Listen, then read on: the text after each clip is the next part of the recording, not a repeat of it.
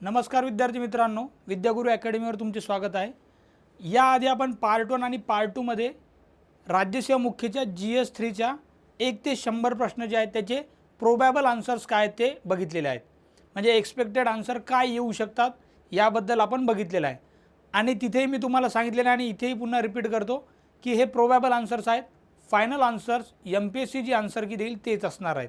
ठीक आहे, हे फक्त की आपण आन्सरचे सोर्सेस काय असू शकतात, प्रश्न काय आहेत, त्याचबरोबर या आन्सरचा फायदा पुढच्या जर का एक्झाममध्ये असे प्रश्न येत असतील तर त्याचे ऑप्शन्स काय आहेत, त्या रिलेटेड सोर्सेस काय आहेत याबद्दल आपण इथे थोडंसं डिस्कस करणार आहे, बघणार आहे। तर मग माझ्याकडे सेट डी आहे। आधी सांगितल्याप्रमाणे सेट डी मधले आपण आता 101 पासून ते 150 पर्यंतचे प्रश्न इथे आपण बघणार आहे की प्रोबॅबल आन्सर्स काय आहेत। तर यामध्ये फर्स्ट प्रश्न दिसेल आपल्याला युनायटेड नेशनचं जे UN रिफ्युजी कन्व्हेन्शन आहे, म्हणजेच मराठीमध्ये आपण त्यांना म्हणा संयुक्त राष्ट्र संघटनेच्या आश्रयार्थी कराराविषयी काही विधाने दिली आहेत आणि त्यामधलं कोणतं सत्य विधान आहे ते ओळखायचं आपल्याला। आता आपल्याला जनरल माहिती असते, आपण HR पार्ट मानवी हक्काचा पार्ट जर केला तर त्यामध्ये आपल्याला माहिती आहे की हे जे कन्व्हेन्शन आहे ते 45चं नाही आहे स्वीकृत झालेलं, ते 1951चं कन्व्हेन्शन आहे। म्हणजे इथे डायरेक्ट सी एलिमिनेट केल्यानंतर माझ्याकडे काय राहते आन्सर। मग बघा इथे सी हे कॅन्सल केलं मी तर मग माझ्याकडे बाकीचे स्टेटमेंट राहतात, त्याबद्दल आता थोडी माहिती असणं एक्सपेक्टेड होतं। म्हणजे फॉर एक्झाम्पल त्यात काम करण्याचा अधिकार आहे का, तर आहे दिसतो आपल्याला। शिक्षणाचा अधिकारही दिसतो। ए आणि बी तर फिक्स करेक्ट कळतात। प्रॉब्लेम कन्फ्युजन कुठे होतं जास्त डी मध्ये की आश्रयदात्याच्या देशाप्रतीचे आश्रयार्थी कर्तव्य त्यात समाविष्ट आहेत का। तर आपल्याला माहिती आहे कोणी जर रिफ्युजी असेल आश्रयार्थी त्याला काहीतरी कर्तव्य असणारच आहेत, असं लॉजिक जरी आपण लावलं तरी आपला आन्सर इथे ABD बरोबर, म्हणजेच जिथे मी 2 टिक केलेलं आहे ते 2 येऊ शकते। आता याचा सोर्स काय, तर डायरेक्ट तुम्हाला इथे मी सोर्स दाखवतो। UNHCR जे आहे आणि तिथे ऑफिशियल वेबसाईटवर त्यांचं UN रिफ्युजी कन्व्हेन्शन 51 दिसते, जे 45चं जे रॉंग आहे आपल्याला। यामध्ये जर का आपण खाली गेलो त्या वेबसाईटवर तर व्हॉट राईट्स डू रिफ्युजीज हॅव, या 51च्या कन्व्हेन्शनच्या अंडर त्यांना कोणते अधिकार आहेत। आणि तिथे बघा तुम्हाला जो आपल्याला पाहिजे की डिसेंट वर्क आणि एज्युकेशन हे डायरेक्ट तिथे वेबसाईटवर मेन्शन केले दिसतात त्या कन्व्हेन्शनच्या। ठीक आहे, त्यानंतरचा जो इश्यू आहे आपल्याला की त्यांना काही कर्तव्य आहेत का, ड्युटीज आहेत का, ऑब्लिगेशन्स आहेत का, तरी कर्तव्य दिसतील तुम्हाला की येस त्यांना आहे तर कर्तव्य। आणि मग required to abide by the laws regulation of their country of asylum, म्हणजे जे आश्रय जिथे घेतात त्या देशाचे कायदे, त्यांचे रूल्स रेग्युलेशन सर्व हे करणं हे कर्तव्य आहे। त्यामुळे हे पण आपल्याला डायरेक्ट ऑफिशियल वेबसाईटवर UNHCRच्या मिळून जाते। UNच्या ऑफिशियल वेबसाईटहूनच याचं उत्तर मी घेतलेलं आहे, त्याप्रमाणे दोन्ही आन्सरपर्यंत मी आलेलो आहे। ठीक आहे, नेक्स्ट क्वेश्चन बघूयात आपण 102 नंबरचा। याचं थोडं क्लिअर दिसत नाही आहे, या इमेजमध्ये बघा तुम्ही। सिम्पल क्वेश्चन होता हा की पर्यावरणीय क्षेत्रात उल्लेखनीय कार्य करणाऱ्याला champion of the earth award कोणती संस्था देते। आणि आपल्याला माहिती आहे की प्राईम मिनिस्टर नरेंद्र मोदींनाही अवॉर्ड मिळालेला आहे मागेच। तर याचं आपल्याला सिम्पल माहीत आहे की UNEP जी आहे, united nation environment programme, 4 number त्याचा आन्सर येईल। हीच संस्था जी आहे ते एन्व्हायरमेंट क्षेत्रात चांगलं काम करते, UN ची संस्था आहे आणि त्यांचाच हा अवॉर्ड दिसतो आपल्याला। त्याची माहिती डायरेक्ट ऑफिशियल वेबसाईटवर जरी गेले तुम्ही चॅम्पियन्स ऑफ द अर्थ तर इथे दिसेल तुम्हाला UN एन्व्हायरमेंट प्रोग्राम आणि त्याच्या अंतर्गत champions of the earth award, त्याबद्दल मग डिटेल अवॉर्ड कोणाकोणाला मिळाले ते पण तुम्हाला तिथे मिळू शकतात। ठीक आहे, हा प्रिलिमसाठी पण महत्त्वाचा बिट्स असू शकतो, लक्षात ठेवा तुम्ही। आणि नरेंद्र मोदींना कधी मिळाला होता तेही लक्षात ठेवा। प्रिलिमला जर जोड्या लावामध्ये जर काय इयर विचारले तर तिथे आपले चुकता कामा नाही। ठीक आहे, नेक्स्ट क्वेश्चनकडे जाऊयात आपण। नेक्स्ट क्वेश्चन बघा साप्तावर आलेला आहे। साप्ता म्हणजे काय, तर south Asian free trade agreement आहे ती सार्कमधली, म्हणजे दक्षिण आशियाई मुक्त व्यापार क्षेत्राचा कोणकोणते देश मेंबर आहेत। आता इथे आपल्याला माहिती आहे की म्यानमार हा देशच नाही आहे सार्क या ऑर्गनायझेशनमध्ये। ठीक आहे, आणि या सार्क ऑर्गनायझेशनचा हा फ्री ट्रेड ॲग्रीमेंट मुक्त व्यापारचा करार आहे, त्यामुळे आपल्याला डायरेक्ट इथे 4 आन्सर टिक करायला काही हरकत नाही। त्याबद्दल थोडी एक्स्ट्रा माहिती जर का प्रिलिमला येत असेल तर हा 2004चा इस्लामाबाद कॉन्फरन्समध्ये करार झाला होता। 6 मध्ये त्याची अंमलबजावणी सुरू झाली आणि भारताने 9ला त्याला जॉईन झालेले त्या कराराला। याबद्दल तुम्हाला थोडं सार्कची वेबसाईट पण दाखवून देतो मी। बघा हे सार्कच्या वेबसाईटवर ऑफिशियल फ्री ट्रेड ॲग्रीमेंट इथे दिसते आपल्याला की हा agreement came into force in 2006। 93चा जो आधीचा प्रिफरन्शियल ट्रेड ॲग्रीमेंट म्हणजे एक SFPTA नावाची होती 93 मध्ये। ठीक आहे. त्यापासून आपल्याला दिसेल की ही 2006 मध्ये इम्प्लिमेंट झालेली साप्ता आहे. यामध्ये सिग्नेटरीज कंट्रीज कोणत्या आहेत तर ते अफगाणिस्तान, बांगलादेश, भूतान, इंडिया, मालदीव, नेपाळ, पाकिस्तान आणि श्रीलंका. म्हणजे या साऱ्या कंट्रीनी साईन केलं आहे. त्यामध्ये म्यानमार नाही आहे कारण तो मेंबर नाही आहे सार्कचा, परंतु एक्स्ट्रा माहिती आपल्याकडे असली पाहिजे. नेक्स्ट क्वेश्चनकडे जाऊयात आपण. त्याआधी एक क्वेश्चन बाकी आहे नाही नेक्स्ट स्लाईडवरचा. सिंपल क्वेश्चन आहे हा की भारत स्वतंत्र झाल्यानंतर ब्रिटिश कॉमनवेल्थचे सदस्य जे कॉमनवेल्थ कंट्रीज आहेत आणि मग आपल्या तेव्हाची जी कॉन्स्टिट्यूंट असेंब्ली होती त्यांनीच रॅटिफाय केलं होतं आपली मेंबरशिप. तर त्याचे सदस्यत्व चालू ठेवताना भारताचे पंतप्रधान नेहरूंनी कोणत्या गोष्टीवर भर दिला होता. आता सर्वात मोठा प्रॉब्लेम तिथे काय होता की सार्वभौमत्व काय तर बाबा आपण जी फॉरेन पॉलिसी म्हणतो परराष्ट्र धोरण ते ठरवण्याचा अधिकार कोणाकडे असेल तर तो आपल्याकडे असला पाहिजे. तेव्हाच आपण खरे स्वतंत्र खरे सार्वभौम आहे. म्हणून मग नेहरूंनी प्रत्येक सदस्य राज्याला आपले स्वतंत्र परराष्ट्र धोरण ठरवण्याचे स्वातंत्र्य हवे असं त्यामध्ये अधिकृत केलं होतं. त्यामुळे याचं एक आन्सर असं लिहायला काही हरकत नाही. माझ्या मताप्रमाणे याचा आन्सर एक यायला पाहिजे. आयोग याचं वेगळं आन्सर देईल का तर मे बी देऊ शकते, परंतु मला तर एकच वाटते कारण बाकीचे तेवढे काही त्याच्याशी सुसंगत वाटत नाही. ठीक आहे. नेक्स्ट क्वेश्चन बघूयात आपण. युरोपियन युनियनबद्दल प्रश्न आहे. त्याच्याबद्दल कोणतं चुकीचं स्टेटमेंट आहे ते आपल्याला आयडेंटिफाय करायचं होतं इथे.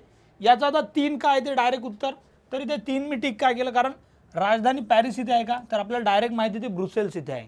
बेल्जियमची जी राजधानी ब्रुसेल्स आहे तिथे ऑफिशियल त्यांची राजधानी आहे. बाकीचे स्टेटमेंट का बरोबर आहेत. 27 सदस्य देश आहेत का तर आहेत. थोडीशी बॅकग्राऊंड जर तुम्हाला माहीत असेल तर इथे दिसेल की 31 जानेवारी 2020 मध्ये ब्रेक्झिट जेव्हा इम्प्लिमेंट झालं तेव्हा 28 मेंबरमधला एक मेंबर म्हणजे UK युनायटेड किंगडम तो बाहेर पडला EUमधून. 28 किती झाले 27, म्हणजे हे 27 बरोबर आहे. आता प्रिलिम्स किंवा दुसऱ्या एक्झामला अशी जर डेट वगैरे विचारली कधी ब्रेक्झिट झालं तर आपल्याला माहीत हवी. त्यानंतर ती राजकीय आणि आर्थिक संघ आहे हे आपल्याला माहीतच आहे. त्यामुळे चूक कोणता आहे तर फक्त C जे मी इथे टिक केलं आहे 3 नंबरचं. ठीक आहे. नेक्स्ट क्वेश्चनकडे जाऊयात आपण. त्याआधी ते ब्रुसेलचं वगैरे इथे दिसेल तुम्हाला की Brussels Belgium is consider D facto capital of the EU. अशी थोडीशी एक्स्ट्रा माहिती पण आपण वाचायला पाहिजे प्रिलिम्स किंवा पुढच्या एक्झामसाठी पण. ठीक आहे. बाकी सर्व तर दिलेलंच आहे इथे. नेक्स्ट आता हा इझी प्रश्न होता. भारतीय संविधानातील कोणतं आर्टिकल आहे बाबा असं की जे पोलीस कोठडीतील मृत्यूशी संबंधित आहे आणि आपल्याला माहिती इझी क्वेश्चन आहे. Article 21 right to life with dignity जे म्हणतो आपण डायरेक्ट जीवनाशी संबंधित आर्टिकल आहे ते माहितीच असते आपल्याला. यामध्ये चुकण्यासारखं काही नाही आहे. नेक्स्ट क्वेश्चन बघा. खालील दिलेल्या अधिकारात कोणत्या अधिकारात समावेश दुसऱ्या पिढीच्या मानवाधिकारांमध्ये होतो. आता या वर्षीचा HRDचा पेपर जर बघितला आपण GS3चा यामध्ये पहिल्या पिढीचे अधिकार, दुसऱ्या पिढीचे अधिकार, तिसऱ्या पिढीचे अधिकार यावर 3 ते 4 प्रश्न आलेले आहेत. त्यामुळे याबद्दल थोडक्यात आपल्याला माहीत असणे अपेक्षित होतं. तरी आपण बघूयात काय काय आपल्याला याच्यात एक्स्ट्रा माहिती इथे घेता येईल.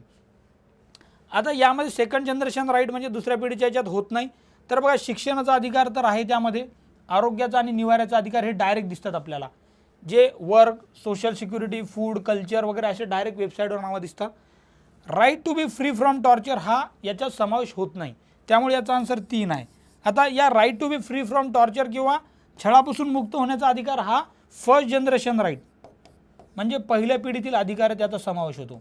फर्स्ट जनरेशन हे आपल्याला माहीत पाहिजे. आता फर्स्ट जनरेशनमध्ये काय होतो तर तुम्हाला बघा काही वेबसाईटचे मी डायरेक्ट इथे स्क्रीनशॉट दिसतील तुम्हाला.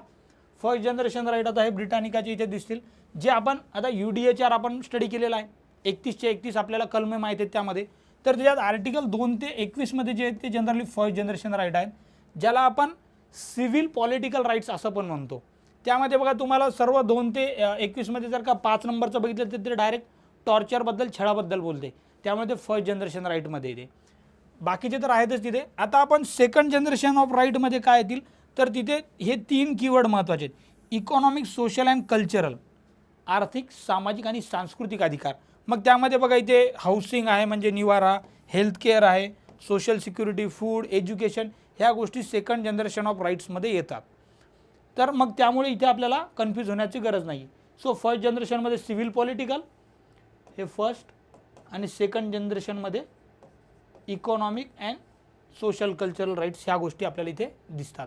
आता हे स्टॅनफोर्ड युनिव्हर्सिटीचे यामध्ये पण आहे, पण यामध्ये सध्याच आपल्याला जायची गरज नाही. पुढे जर क्वेश्चन आला त्याबद्दल हा रेफरन्स वापरूयात आपण.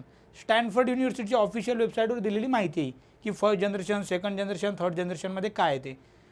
स्टॅनफोर्ड युनिव्हर्सिटी माहितीच असेल टॉप 3-4मध्ये असते ती जगातल्या युनिव्हर्सिटीमध्ये. आता इथे मग आपल्याला डायरेक्ट याचं 3 आन्सर लिहायला हरकत नाही. नेक्स्ट क्वेश्चनकडे जाऊयात आपण. आता आपल्याला ह्युमन डेव्हलपमेंट इंडेक्सबद्दल विचारलेलं आहे त्यांनी की खालीलपैकी कोणता परिणाम नाही, आणि HDIमध्ये आपल्याला माहीत काय ते हेल्थ, एज्युकेशन आणि स्टँडर्ड ऑफ लाईफ किंवा मग पर कॅपिटा इन्कम किती आहे तुमचं, आणि त्यामध्ये GDP आहे का, तर GNI आहे, ग्रॉस नॅशनल इन्कम असं येते तिथे. GDP हा फॅक्टर त्यामध्ये कन्सिडर केला जात नाही, त्यामुळे 3 हे इनकरेक्ट आहे. सो मग LDIचे तिन्ही फॅक्टर हे माहीत असणे प्रिलिमला पण खूप उपयोगी आहे, GS4 साठी पण उपयोगी आहे, HRDमध्ये पण विचारला गेलेला प्रश्न आहे. नेक्स्ट क्वेश्चन बघूयात आपण. 2011च्या जनगणनेनुसार भारतातील ग्रामीण व शहरी भागातील लिंग गुणोत्तरात आढळणाऱ्या तफावती संबंधित सत्य विधाने कोणती आहेत. आता हा थोडा कॅल्क्युलेटिव्ह प्रश्न होता, याचा डायरेक्ट सोर्स सापडत नाही. थोडं कॅल्क्युलेशन केल्यानंतर मला इट हॅज बीन डिक्रीजिंग हे परफेक्ट सापडते, परंतु मी याला स्टार करतो. याचं परफेक्ट आन्सर आयोग काय देईल हे मी सांगू शकत नाही. मला याचा आन्सर 2 वाटते, परंतु अगेन MPSC याचं काय आन्सर देते ते आपल्याला माहीत नाही, याचा स्पेसिफिक सोर्स सापडत नाही. मी इट हॅज बीन डिक्रीजिंग कसं काय आलो तर तुम्हाला बघा इथे दिसेल, ही माहिती आहे थोडी बघा. 2001चं सेन्सस आणि 11च्या सेन्ससची आकडेवारी जर बघितली सेक्स रेशोची, तर ग्रामीणमध्ये 946 होता, अर्बनमध्ये 900 होता सेक्स रेशो. 2001मधली तफावत जर बघितली आपण गॅप, तर तो 46 दिसतो आपल्याला, बरोबर. आणि 2011मध्ये जर बघितलं 949 आणि 929 तफावत 20ची दिसते. त्यामुळे इथे तफावत काय आहे तर ती कमी झालेली आहे. आधी तफावत खूप जास्त होती 46, म्हणजे ती तफावत डिक्रीज झालेली आहे, कमी झालेली आहे. त्यामुळे मग मी या आन्सरपर्यंत आलेलो आहे की इट हॅज बीन डिक्रीजिंग, ती कमी झालेली आहे तफावत. आपल्याला लिंग गुणोत्तर आढळणारी तफावत असं विचारलेलं आहे. ठीक आहे, तर याचा आन्सर मग मी प्रोबॅबल B देतोय. प्रोबॅबल आन्सर आहे. तुम्हाला जर का बाकीचं काही डेटा असेल तर तुम्ही मला रेफरन्स देऊ शकता. नेक्स्ट क्वेश्चन बघा. जनसुनवाई म्हणजे ज्याला पब्लिक हिअरिंग म्हणतो, ही जनरली मानवाधिकार कार्यकर्त्यांकडून वापरली जाणारी महत्त्वाची प्रक्रिया आणि त्याचा प्राथमिक उद्देश विचारलेला आहे. आणि आपल्याला माहिती आहे की सरकारची जबाबदारी निश्चित करणे हा त्याच्यातून डायरेक्ट येते. बाकीचे पर्यटन वगैरे काही संबंध नाही, सांस्कृतिक देवाणघेवाण असं काही त्याचा उद्दिष्ट नसतो, किंवा विदेशी गुंतवणुकीचाही संबंध नाही, कारण हे अधिकार म्हणल्यानंतर सरकारची जबाबदारी निश्चित करणे याकडे लॉजिकली पण तुम्ही येऊ शकत होता. आता याचं जर का बघितलं आपण वेगवेगळ्या साईट्स, तर बघा ही National Institute of Rural Development and Panchayat Raj ji आहे, तिथे पण आपल्याला दिसते जनसुनवाईबद्दल की ॲक्सेस अकाउंटेबिलिटी, की अकाउंटेबल करणे गव्हर्नमेंटला, असं थोडंसं तिथे डिटेलमध्ये गेलं तर कळते. किंवा मग अगेन सिव्हिल सोसायटी अकॅडमीच्या HR वर इंटरनॅशनल स्टडी करणार आहेत, त्यांनी पण आपल्याला दिसेल की पब्लिक हिअरिंग यामध्ये त्यांनी अकाउंटेबिलिटी वगैरे असे शब्द वापरले दिसतात आपल्याला, की गव्हर्नमेंटला रिप्रेझेंटेटिव्ह वगैरे. इथे बघा interact with government official regarding development plan initiative, आणि इथे बघा governance natural hearing are based on principle of democratic participatory.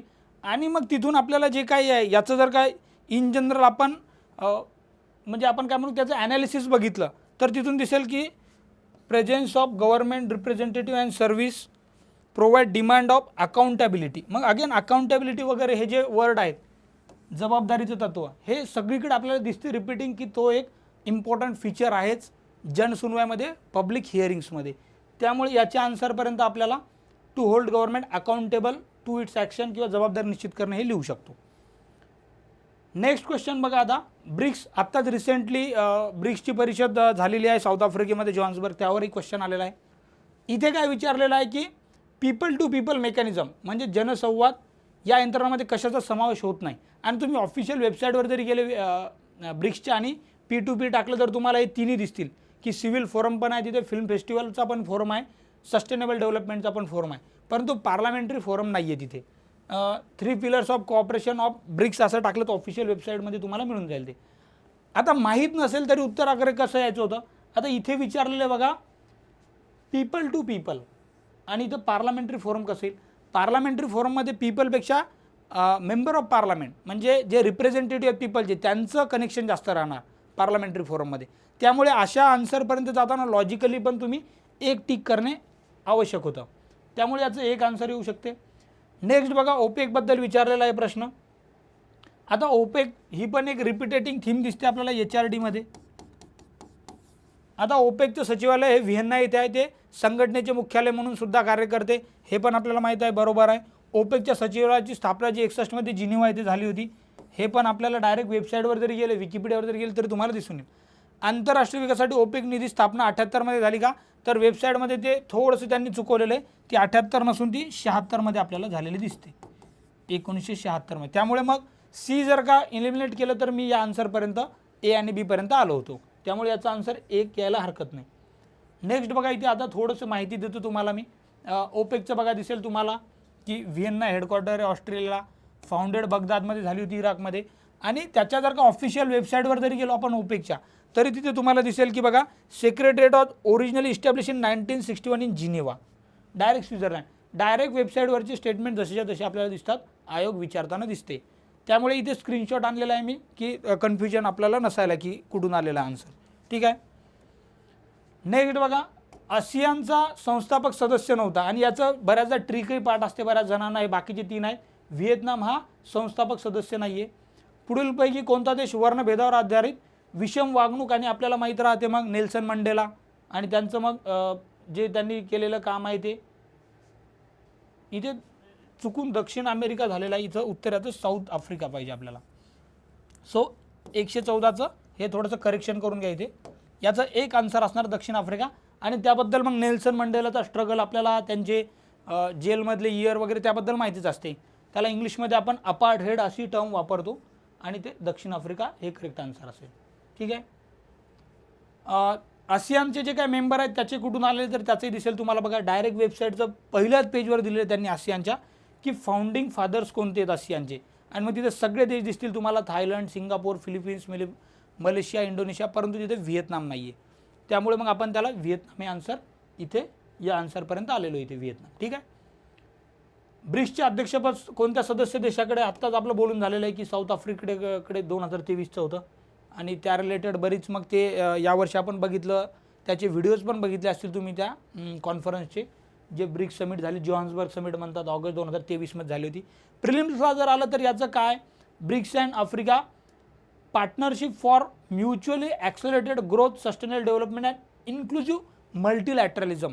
म्हणजे आता सस्टेनेबल डेव्हलपमेंट हा कीवर्ड आहे तिथे, त्यानंतर मल्टीलॅटरलिझम आहे आणि म्युच्युअली ॲक्सलरेटेड ग्रोथ, वाढ सर्वांची मिळून. ही थीम प्रिलिमला जर विचारली तर आपली चुकायला नको, कुठे झाली होती. जोहान्सबर्ग स्पेसिफिक सिटी माहीत पाहिजे आपल्याला, त्याची महिना माहीत असू द्या आणि त्याचं थीम काय ती पण माहीत असू द्या. म्हणजे जर प्रिलिमला क्वेश्चन येतो तर तो चुकायला नको आता 24च्या. नेक्स्ट बघा, महिलांचे घटनात्मक आणि कायदेशीर हक्क व संरक्षण करण्यासाठी मग जो राष्ट्रीय महिला आयोग 90चा कायदा आहे आपल्याला माहीत आहे, डायरेक्ट स्टेटमेंट आहे, बरोबर आहे. आता काही जणांना प्रॉब्लेम होता की घटनात्मक आहे का, तर ते पण आहे बरोबर, कायदेशीर पण आहे बरोबर. आणि कामाच्या ठिकाणी लैंगिक छळ जे 13चा आहे आपल्याला माहीत आहे अधिनियम, तो त्याच्यात मग दोन्ही आहे, खाजगी क्षेत्र पण आहे, संघटित क्षेत्र पण आहे, सार्वजनिक पण, सर्वच क्षेत्र त्यामध्ये इन्क्लूड आहेत. त्यामुळे दोन्ही विधाने बरोबर आहेत. याचा आन्सर 3, यामुळे मी टिक केलेला आहे. आता याचा सोर्स पण मी आणलेला आहे सोबत, तुम्हाला दिसेल बघा. National commission from women act 1990 जो आहे त्याच्यात बघा बऱ्याच जणांना कॉन्स्टिट्यूशन आणि अदर लॉज याचं आहे का, तर ते डायरेक्ट स्टेटमेंट त्यांनी म्हणजे ॲक्टमधूनच घेतलेलं आहे ते, की फंक्शन काय त्यामधून घेतलेले त्या. आणि मग तिथे ॲक्टचं डायरेक्ट मी तिथे स्क्रीनशॉट तुम्हाला आणलेला आहे की त्यांचे फंक्शन काय. त्यानंतर ते प्रॉब्लेम असा असतो की इंडियन नॅशनल बार याच्यामध्ये आपण जर बघितलं तर आपल्याला दिसेल बघा, हा जो ॲक्ट आहे sexual harassment of work act 2013, यामध्ये मग काय काय कव्हर केलं जाते, तर वर्कप्लेसची डेफिनेशन दिली त्यांनी ॲप्लिकेबिलिटी आणि स्कोपमध्ये. यामध्ये बघा तुम्हाला दिसेल ॲग्रीड वुमनमध्ये बघा ऑर्गनाइज आणि अनऑर्गनाइज सेक्टर हे दोन्ही कव्हर होतात तिथे. त्याच्यानंतर government bodies, private and public sector हे सर्व त्यामध्ये इन्क्लूड होऊन जाते. ठीक आहे. त्यामुळे असं काही याच्यात कन्फ्युजन करण्याची गरज नाही आहे की कुठून याचे हे सर्व फीचर आहेत का, तर हे नॅशनल आपल्याला ऑफिशियल वेबसाईटवरच त्याचे फीचर दिसून येतात त्या ॲक्टमधले पण. ठीक आहे.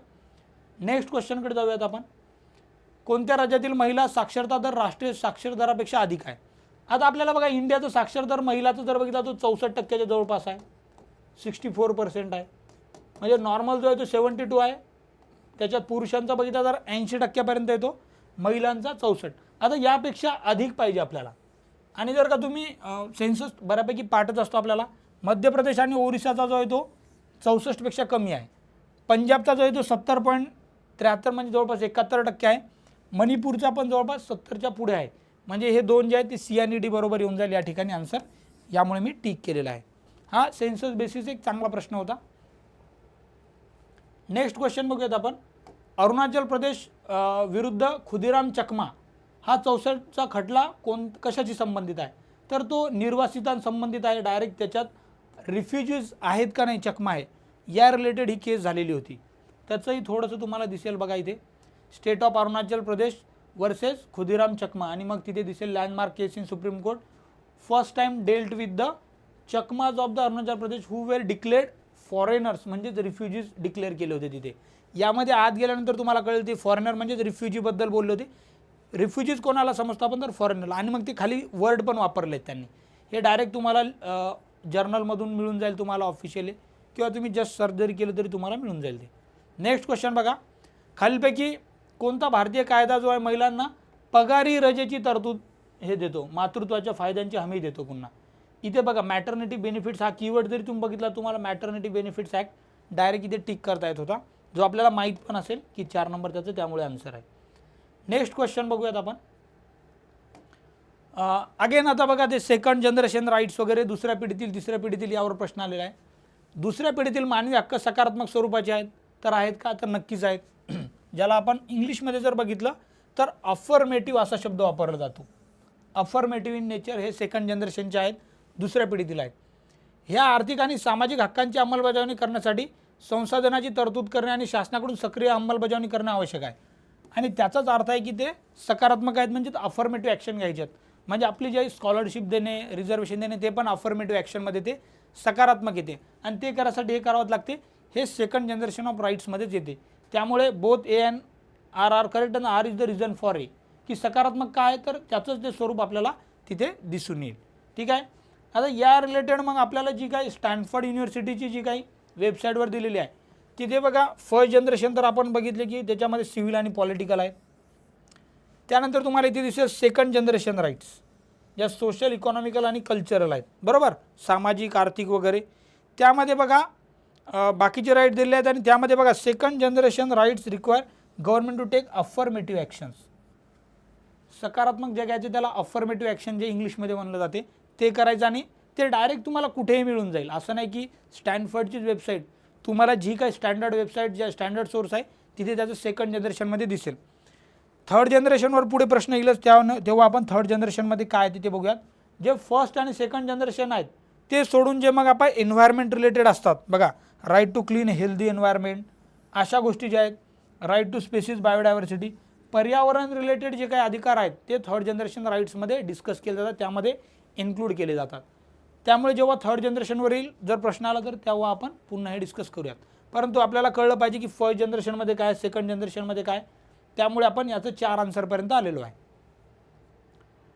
सार्वत्रिक मानवी हक्कांचा जाहीरनामा कोणत्या आंतरराष्ट्रीय संस्थेने स्वीकारला? आता हे एकदम इझी आहे. युनायटेड नेशन जनरल असेंब्ली माहिती आहे आपल्याला, ज्याला आपण संयुक्त राष्ट्राची आमसभा म्हणतो. त्याची डेट पण माहीत राहते आपल्याला, 10 डिसेंबर 1948.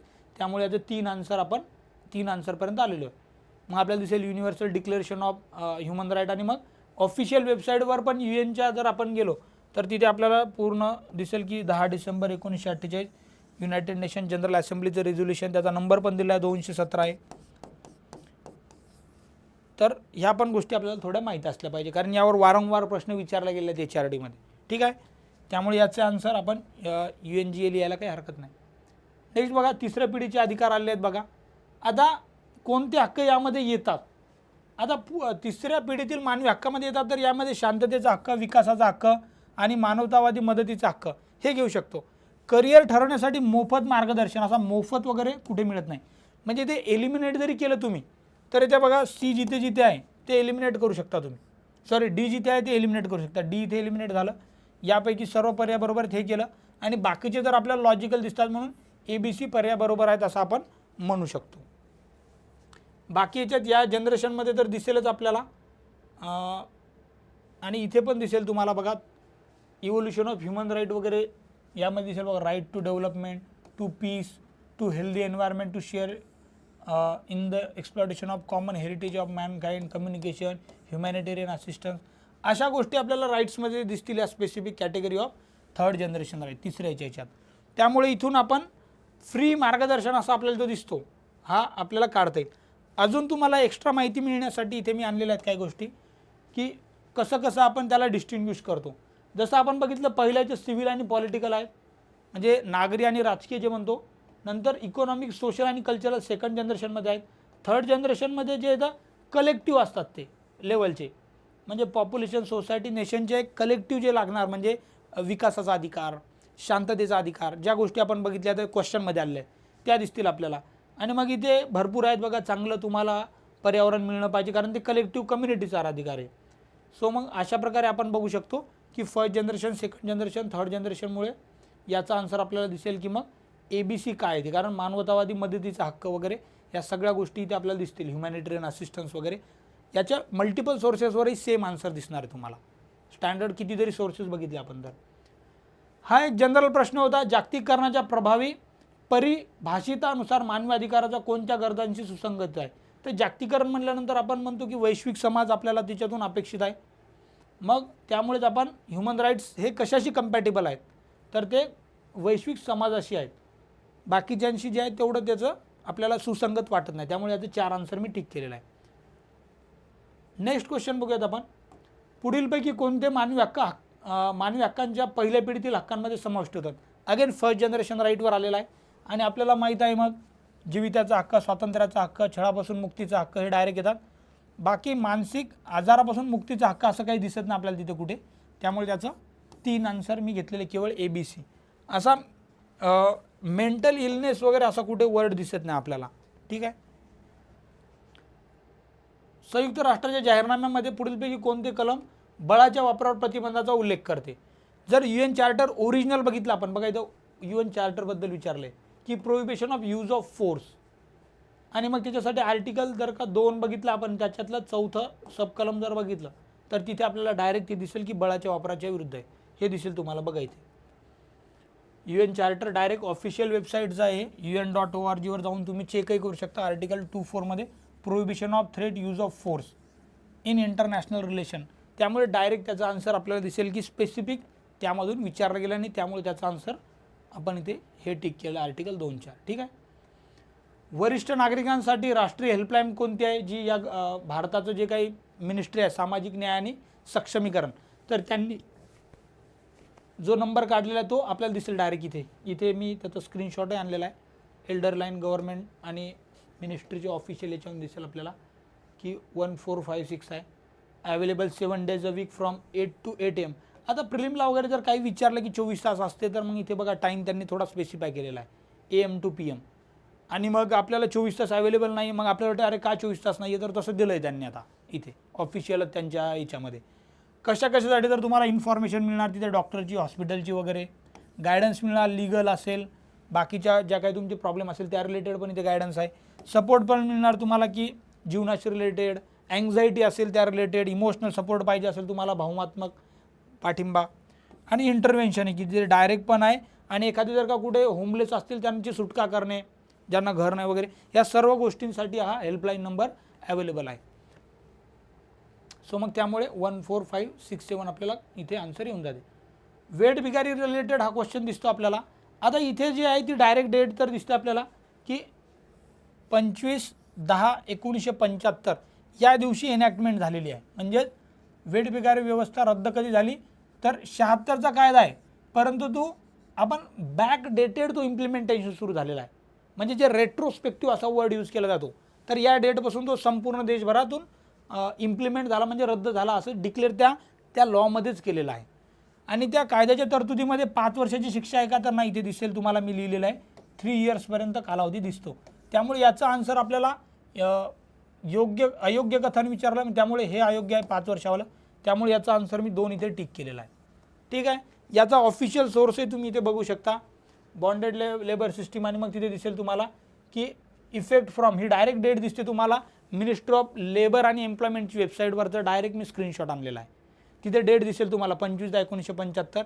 बाकी त्याच्यातलं सेक्शन 9 मध्ये तुम्हाला दिसेल इथे direct for a term of 3 years असं डायरेक्ट इथे ऑफिशियली दिसेल तुम्हाला. बघा इथे, हे बघा 3 years इथे आहे आणि इथे ही डेट पण दिसेल.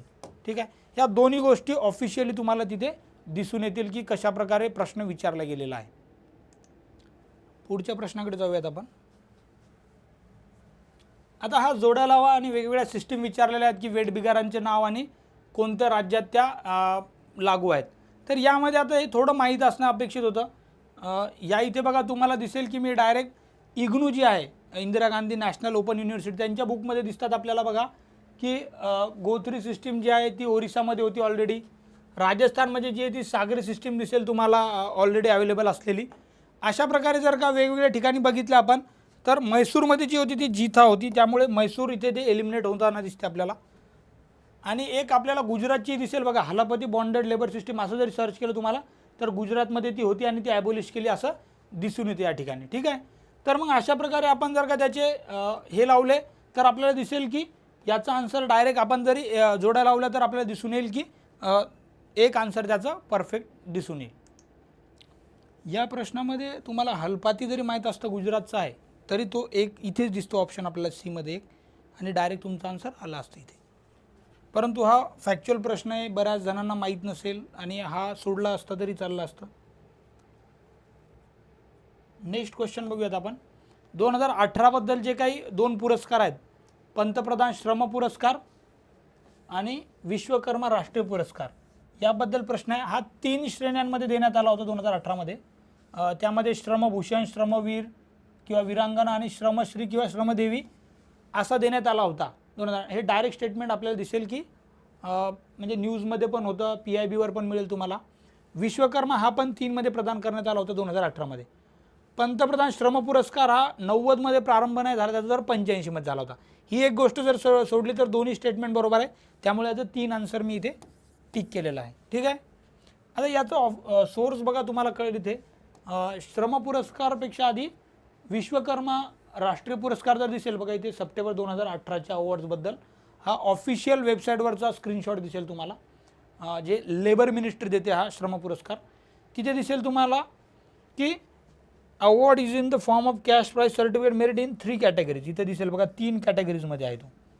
तर मग 3 कॅटेगरीजमध्ये मग त्यांचे वेगवेगळे अमाऊंट काय आहे ती पण दिलेली आहे त्यांनी की 75,000 असेल, 50,000 असेल, 25,000 असेल आणि अशा 28 जणांना दिले होते 2018मध्ये. हे डायरेक्ट ऑफिशियल वेबसाईटवर तिन्ही असं कॅटेगरी दिलेल्या आहेत दिसून येईल. त्यानंतर प्रेस नोटमध्ये जर बघितलं आपण प्राईम मिनिस्टर श्रम अवॉर्ड्स 2018चे, तर तिथे बघा की त्या दिवसची जर बघितली की award are given in 3 categories. 3 कॅटेगरीमध्ये ते अवॉर्ड देण्यात आले होते 2018मध्ये. कन्फ्युजन काय होऊ शकते की हे अवॉर्ड जर 4 कॅटेगरीमध्ये आहेत, बरोबर, ते तर बरोबरच आहे, परंतु 2018मध्ये 3च कॅटेगरी दिली आणि ऑफिशियल प्रेस नोट आहे गव्हर्नमेंट ऑफ इंडियाची. त्यामुळे याच्यात आपण डायरेक्ट क्लेम करू शकत नाही सर तिथे तर 4 आहेत आणि तुम्ही 3 कसं काय बरोबर दिलं. तर हे प्रेस नोट आहे, PIBची आहे, ऑफिशियल आहे. ठीक आहे. त्यामुळे आपल्याला इथे पण दिसेल 85मध्ये ती स्कीम आलेली आहे ती पण माहिती आहे. ही ॲक्च्युअली जनरली जी आहे ती दरवर्षी 4 कॅटेगरीजमध्ये देतात बघा. ह्या 4 कॅटेगरीज आहेत इथे की श्रमरत्न, श्रमभूषण आणि श्रमश्री वगैरे. परंतु 2018ची जी प्रेस नोट आहे त्याच्यात त्यांनी 3च कॅटेगरीसाठी अनाऊन्स केला होता, 4थ्या कॅटेगरीसाठी केला नव्हता. काय केला नव्हता त्यामध्ये जायचं नाही आपल्याला. त्याहून आपलं फक्त आन्सर येते की 2018चं विचारलं आहे आणि ते 3 बरोबर आहे, त्यामुळे A आणि B बरोबर आहे. ठीक आहे. कामगार नुकसान भरपाई कायदा 1923 नुसार आश्रित म्हणजे कोण आता, तर त्याची डेफिनेशन विचारले ती कुठे आहे, तर ते कामगार यावर थोडं स्पेसिफिक कलम विचारलं. हे माहीत असणे तेवढं अपेक्षित नव्हतं ॲक्च्युली, परंतु विचारलं. त्याचं उत्तर डायरेक्ट फॅक्च्युअल आहे. एक आन्सर इथे दिसेल आपल्याला. त्याचं मी ऑफिशियल जो काही ॲक्ट आहे त्यामध्ये दिसेल तुम्हाला की जे डिपेंडंट विचारलेलं आहे त्याची डेफिनेशन 21D मध्ये सेक्शनच्या, हे डायरेक्ट ऑफिशियल बेअर ॲक्टमधूनच मी घेतलेलं आहे. तर बेअर ॲक्टमध्ये डिपेंडंटची काय डेफिनेशन आहे ती दिली आहे आणि तेच आपल्याला इथे इंग्लिशमध्ये दिसेल की डिपेंडंटची डेफिनेशन काय. ठीक आहे. आणि ती 21D आपल्याला दिसेल आलेली आहे. ठीक आहे. नेक्स्ट बघा, ग्रामीण विकास मंत्रालयाने तयार केलेले नवीन पुनर्वसन आणि पुनर्वसन धोरण 2007 आहे. यामध्ये कशावर ओरिजिनल पॉलिसीमध्ये दिसेल की हे सगळे स्टेटमेंट अवेलेबल आहेत तिथे. म्हणजे धोरणामध्ये अनैच्छिक विस्थापनाचा समावेश आहे. 400 ते 200 ही आकडेवारी डायरेक्ट दिलेली आहे सपाट आणि आदिवासी यांच्यासाठी वगैरे. विस्थापनापूर्वी पुनर्वसनाचे तत्व, भूमिहीनांसाठी सर्व कुटुंब घरकुल, सामुदायिक आणि धार्मिक बैठकीसाठी आदिवासींना मोफत जमीन, हे सर्व इन्क्लूड केलेले आहेत. ऑफिशियल तुम्ही जर का पॉलिसी डॉक्युमेंट जरी काढलं, हे 2007ची जी पॉलिसी आहे किंवा जस्ट सर्च केलं तरी तुम्हाला ते कुठेतरी मिळून जातील. पण ऑफिशियल डॉक्युमेंटमध्ये मला मिळून गेलं भारत का राजपत्रमध्ये ती जी पॉलिसी आली ती 2007ची, याच्यातही ते स्टेटमेंट डायरेक्ट दिसतील आपल्याला. नेक्स्ट बघा, 2017 पासून हजारोच्या संख्येने रोहिंग्या निर्वासित म्यानमारमधील कोणत्या प्रांतातून आले होते, तिथे राज्य जे आहे बांगलादेशमध्ये ते कोणतं राज्य आहे, तर ते आपल्याला जर का तुम्ही करंटमध्ये वाचलं असेल याचं टिक करायचं राहून गेलं तर तो रखाईन प्रांत आहे. म्हणजे म्यानमारचा जर का मॅप बघितला आपण, इकडे बघा मॅप असेल माझ्याकडे, हा बघा म्यानमारची जी दक्षिण दिशा आहे बे ऑफ बेंगॉलला जुळून असलेला, तर इथे जो रखाईन प्रांत आहे हा राज्य त्यांचा, तर त्या म्यानमारच्या रखाईन या प्रांतामधून ते बांगलादेश मग इंडियामध्ये पण 40,000 आलेले दिसतात आपल्याला रोहिंग्या रिफ्युजी जे म्हणतो आपण ते. ठीक आहे, तर त्यामुळे हा एक थोडासा आधीची न्यूज होती, काही इतक्यात जास्त चर्चेत नव्हती, 2-3 वर्षापूर्वी जास्त चर्चेत होता हा प्रांतही. नेक्स्ट क्वेश्चन बघा, याचं एक आन्सर येईल मग त्यामुळे. नेक्स्ट बघा, भारतात पहिल्यांदाच पुढीलपैकी कोणत्या राज्याने वेबसाईटवर आधारित स्थलांतराचा मागोवा म्हणजे ट्रॅकिंग ऑफ द मायग्रंट्स, इथं बघा इंग्लिशमध्ये दिसेल तुम्हाला, मायग्रेशन ट्रॅकिंग सिस्टीम ॲप्लिकेशन, आणि महाराष्ट्र पहिला राज्य होता, एप्रिल 2022 मध्ये केलं होतं आपण. हे बघा इथे दिसेल तुम्हाला, गव्हर्नमेंटचे न्यूज ऑन एअर जे आहे त्यांनी दिलेली, इंडियात first migration monitoring system inaugurated in Mumbai, आणि मग ते महाराष्ट्र गव्हर्नमेंटने केलेली आहे, ते आपल्याला तिथून कळते फर्स्ट ट्रॅकिंग जी झाली होती ती. ठीक आहे, नेक्स्ट बघा, आता हा जनरली डिफॉरेस्टेशन रिलेटेड प्रश्न होता, याचं काय इन जनरल गोष्टी आहेत आपल्याला. यामध्ये अ आणि ब तर फिक्स कळते आपल्याला की ते करेक्ट स्टेटमेंट आहे. सी बद्दल थोडं डाऊट आहे. बघा, मोठ्या प्रमाणावर वृक्षतोड भूस्खलनासाठी म्हणजेच लँडस्लाईडसाठी कारण असते. महाराष्ट्राच्या भूस्खलन प्रवण क्षेत्रात अनेक वसाहती आहेत आणि त्यामुळेच आपल्याला दिसते की मग माळींसारखी दुर्घटना असेल किंवा तळीये जे असेल रायगडमधलं, किंवा मग आत्ताच इर्शालवाडीमध्ये झालेले जे लँडस्लाईड दिसतील, ह्या तर खूपच मोठ्या प्रमाणात झाल्या आहेत. त्याहीपेक्षा वेगळ्या ज्या छोट्या मोठ्या प्रमाणात लँडस्लाईड तर रेग्युलर झालेल्या दिसतात आपल्याला. ह्या 3 खूप मोठ्या प्रमाणात खूप जीवितहानी झाली म्हणून माहिती आहेत आपल्याला. अशा छोट्या मोठ्या तर चालूच असतात, म्हणजे जास्त कोकणचा प्रदेश जो आहे किंवा सह्याद्रीचा जो भाग आहे आपला पश्चिम घाटचा, तिथे अशा बऱ्याच प्रमाणात झालेल्या दिसतात आपल्याला. मोठ्या झाल्या तर त्या महाराष्ट्रात चर्चेचा, देशात चर्चेचा भाग बनतो, छोट्या मोठ्या तर निग्लेक्ट केल्या जातात. त्यामुळे तिसरं जे स्टेटमेंट आहे, बहुतेक वेळा भूस्खलनाची घटना घडल्यावर शासनाचा प्रतिसाद प्रतीक्षित प्रतिक्रमणाचा असतो, म्हणजे नी जर रिॲक्शन असते, तर ते लॉजिकली स्टेटमेंट बरोबर आहे. कारण 3 नका पकडू तुम्ही, बाकी ज्या रेग्युलर होतात त्यावर अशी काय स्पेसिफिक पॉलिसी दिसत नाही आपल्याला, त्यावर काय असा मोठा हे केलेला दिसत नाही. त्यामुळे मी याचं इन्क्लुझिव्ह ऑल आर करेक्ट असा आन्सर घेतलेला आहे. काही जणांना जर वाटत असेल की त्याचं अ आणि बी करेक्ट आहे तर ते असंही देऊ शकतात. आयोग काय देते ते आता आपल्याला माहीत नाही, त्यामुळे याचं 2 जर लिहिलं असेल तुम्ही तरी तुम्ही विदिन रेस आहात. परंतु मोस्ट करेक्ट जर मला विचारलं तर मी 1 आन्सर देणार. 2 जरी लिहिलं असेल तुम्ही तर मग काळजी करायची गरज नाही, आयोग काय देईल ते फायनल आन्सर असेल. ठीक आहे, नेक्स्ट बघा, आता हा जो पॉस्कोचा जो प्लांट आहे, ही साऊथ कोरियन जी कंपनी आहे स्टील आणि त्या एरियामध्ये काम करणारी, त्यांनी ॲग्रीमेंट कोणासोबत केली ती तर यूपी सोबत नव्हती केली, ती ओडिशा सरकारसोबत केली होती. परंतु काय झालं होतं, तिथे खूप विरोध झाला होता. कारण भूसंपादनाला विरोध का झाला होता, कारण ही जी दक्षिण कोरियाची कंपनी आहे यामुळे उपजीविका नष्ट होईल असं बऱ्याच जणांनी मत व्यक्त केलं होतं. त्यामुळे ए जर काय कट केलं आपण तर आपलं डायरेक्ट 2, फक्त 2 बरोबर, म्हणजे ब हे आन्सर करेक्ट या ठिकाणी आपल्याला दिसून येईल. याची न्यूज पण आहे का बघतो एकदा मी. ठीक आहे, याचं ठीक आहे बघा, तुम्हाला कुठेही दिसेल Odisha government to send tripartite agreement. POSCO म्हणलं की ओडिशा प्रोजेक्ट वगैरे असं तुम्हाला बऱ्याच न्यूज दिसून जातील त्याचे की ओडिशा गव्हर्नमेंटसोबतच त्यांची ॲग्रीमेंट झाली होती. नेक्स्ट क्वेश्चन बघा, अनुसूचित जाती आणि जमातीच्या घटनात्मक संरक्षणासाठी संबंधित सर्व बाबींची चौकशी करण्यासाठी राज्यघटनेच्या अनुच्छेद 368 नुसार विशेष अधिकारी नियुक्त करण्याची तरतूद आहे. आता इथे बघा, हे आता वाटेल आपल्याला विशेष अधिकारी वगैरे कुठून आले, तर हे डायरेक्ट लक्ष्मीकांतमधले स्टेटमेंट त्यांनी उचलले, जे इंग्लिशमध्ये दिसेल तुम्हाला की article 338 of the constitution provided for, आणि त्यांनी भूतकाळातलं म्हणलेलं आहे प्रोव्हाइडेड, आणि मग स्पेशल ऑफिसर वगैरे ह्या गोष्टी सगळ्या दिलेल्या आहेत त्याच्यात इव्होल्युशनमध्येच. त्यानंतर मग 65वी घटना दुरुस्ती होते. यांनी आयसोलेटेड स्टेटमेंट जर विचारलं असतं तर एखाद्या वेळेस आपण त्यावर डाऊट घेऊ शकत होतो, परंतु त्यांनी लिंक विचारली की आधी प्रोव्हाइड होता की असा एक स्पेशल ऑफिसर असला पाहिजे. हे बघा स्पेशल ऑफिसर, आणि नंतर 65व्या घटना दुरुस्तीने काय झालेलं आहे तर तिथे एक मल्टी मेंबर, इथे बघा हाय लेवल मल्टी मेंबर असा शब्द वापरला आहे, हे झालेलं आहे. आणि नंतर काय national commission for SC represent monthly report नाही तर तो ॲन्युअल रिपोर्ट असतो. ते 338 मध्ये डायरेक्ट बेअर ॲक्टमध्ये जरी बघितलं तुम्ही कॉन्स्टिट्यूशनच्या तर दिसून येईल.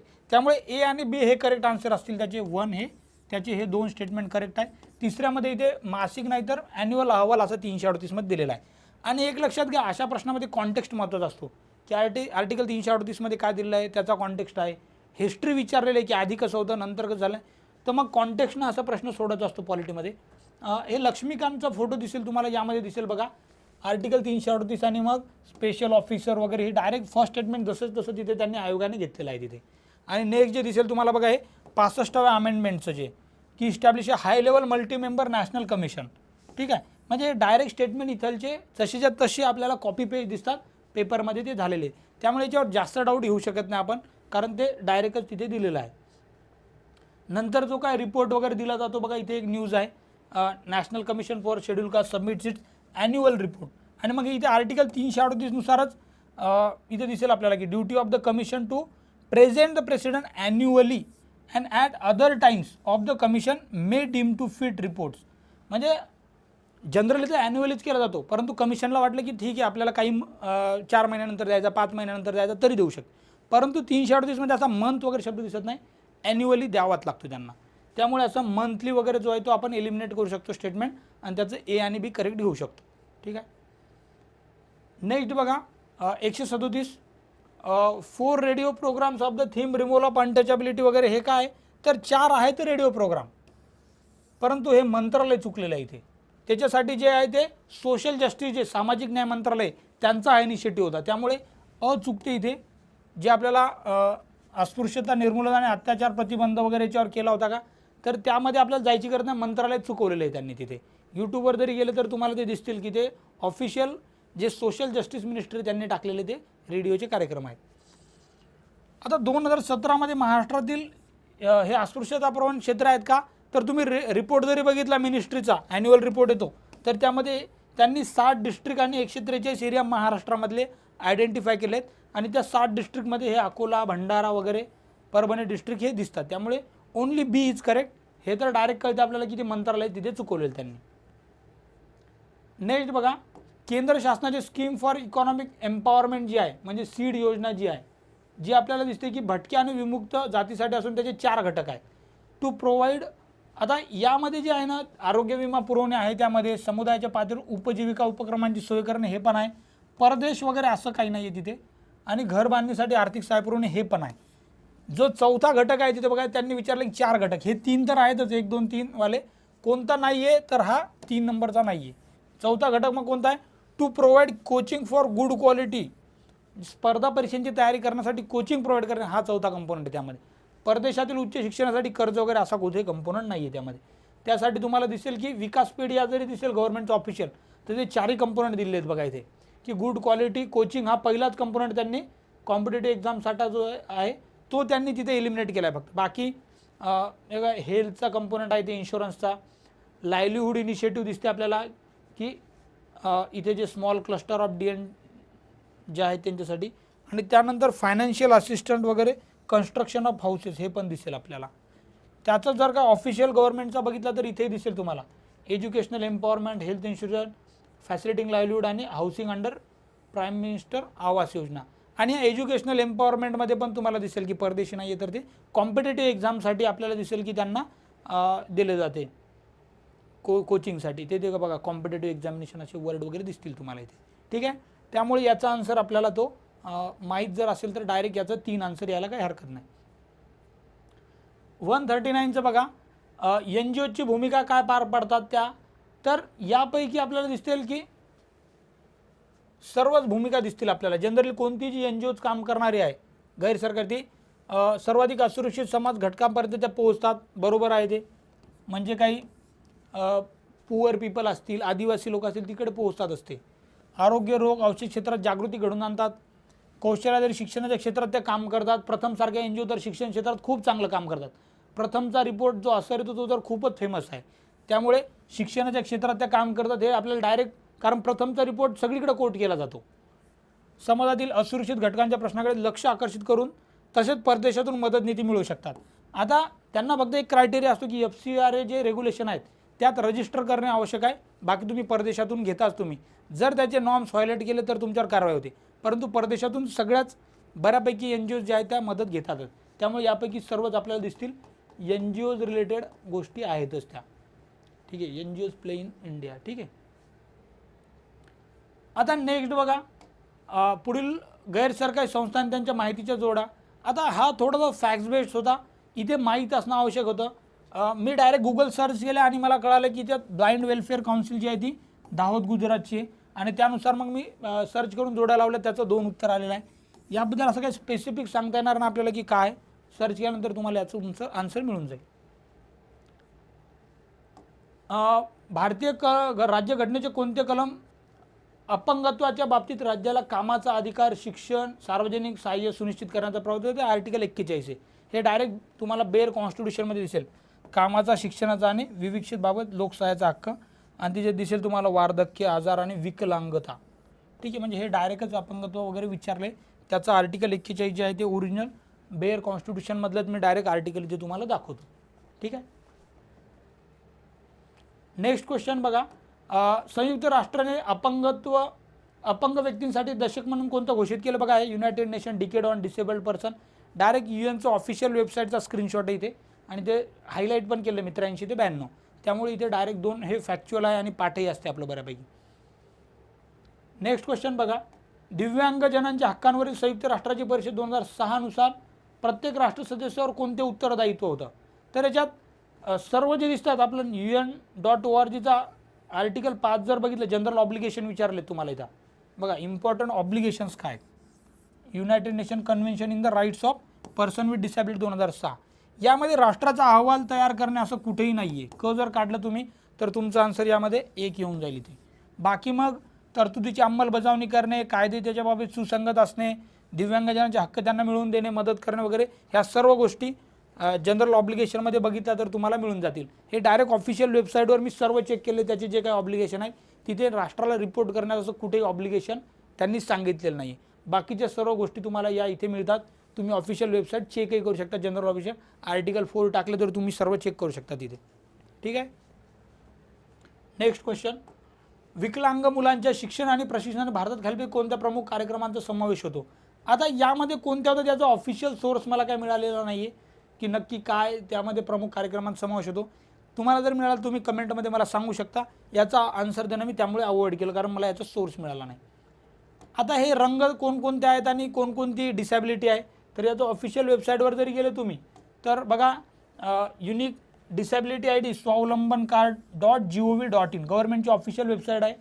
तिथे म्हणजे what types of the UDID, त्यामध्ये मग व्हाईट कार्ड, येलो कार्ड आणि ब्लू कार्ड. तर ब्लू कार्ड म्हणजे काय तर बाबा 80% जास्त जर का डिसॅबिलिटी असेल तर त्यांना आहे. मग याचं जर का डायरेक्ट आपण लावलं तर आपलं आन्सर इथे डायरेक्ट येऊन जाईल की एक आन्सर येऊन जाईल, कारण त्यावरून आपल्याला ब्लू बघितलं आपण डिसॅबिलिटी अबोव 80%, व्हाईट कार्ड जे आहे ते बिलो 40, त्यानुसार एक आन्सर आपलं डायरेक्ट इथे येऊन जाते.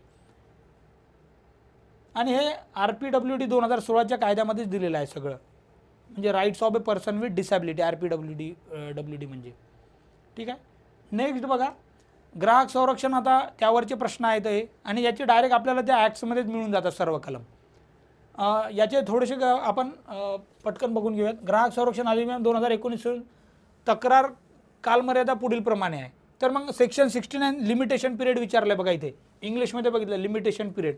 तर मग सेक्शन 69 मध्ये डायरेक्ट दिलं आहे की within 2 years from the date. हे इंडिया कोडवरचं आहे, ते ऑफिशियल बेअर ॲक्टमधलं दिसेल. तिथेही तुम्हाला दिसेल की 2 इयर मेन्शन केलं आहे की विदिन 2 इयर्स. हे डायरेक्ट ऑफिशियल ॲक्टमध्ये, त्यामुळे इथे डायरेक्ट आन्सर आपल्याला दिसून येईल 2 वर्ष. नेक्स्ट क्वेश्चन बघा, ग्राहक संरक्षण याच्यात हक्क प्रदान करण्यात आलेले आहेत. कोणकोणते हक्क आहेत तर सेक्शन 2 जे आहे डेफिनेशन आहे त्याच्यातलं जे सबसेक्शन 9 आहे त्याच्यात 6 अधिकार दिलेले आहेत. त्यामध्ये जर बघितलं वरील सर्व अधिकार दिले आहेत. सुरक्षिततेचा अधिकार, इंग्लिशमध्ये जर बघितलं तर सेफ्टीचा आहे, इन्फॉर्मचा आहे, कन्झ्युमर अवेअरनेसचा आहे, सिक रिड्रेसलचा आहे. हे सर्वच आहेत, त्यामुळे याचा आन्सर 4 आहे. याचं बघा तुम्हाला बेअर ॲक्टची तुम्हाला इथे हे दिसेल की 2 मधलं 9 जे आहे त्यामध्ये कन्झ्युमर राईट्स इन्क्लूड. मग इथे बघा हे सर्वच अधिकार दिसतील तुम्हाला की राईट टू बी इन्फॉर्म आहे इथे इंग्लिशमध्ये. त्याच्यानंतर राईट टू बी ॲश्युअर्ड दिसेल, त्याच्यानंतर रिड्रेसल दिसेल, सेफ्टी दिसेल. ह्या सर्व गोष्टी त्यामध्ये दिसतात. याचं कोणाचं चुकलं नसेल असं एक्सपेक्ट करूया, त्यामुळे त्याचं आन्सर वरीलपैकी सर्व योग्य असं येऊन जाईल.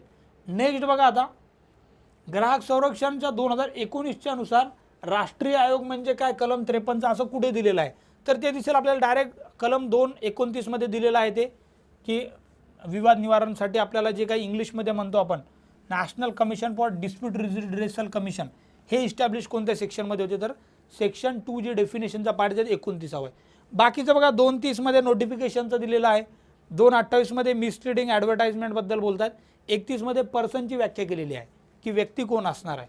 ठीक आहे, याबद्दल बघा 229चं मी डायरेक्ट इथे दिसेल तुम्हाला, national commission means the national consumer dispute redressal, हे डायरेक्ट बेअर ॲक्टमधलंही तुम्हाला दाखवण्यासाठी आणलेलं आहे सोर्स मी, आणि हे बेअर ॲक्ट त्यामुळे इथे आपण चॅलेंज करू शकत नाही.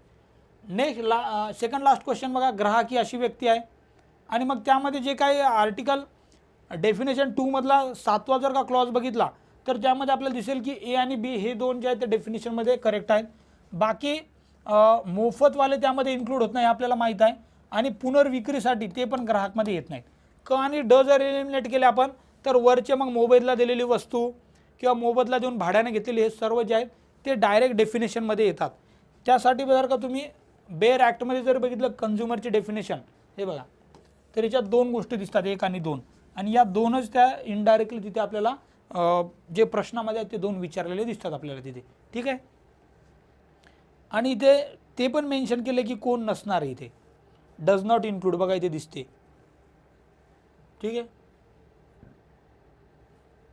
आत्तापर्यंत जे प्रश्न आले त्यांच्यात पुढे जोड्या विचारल्यात, हा इझी प्रश्न होता.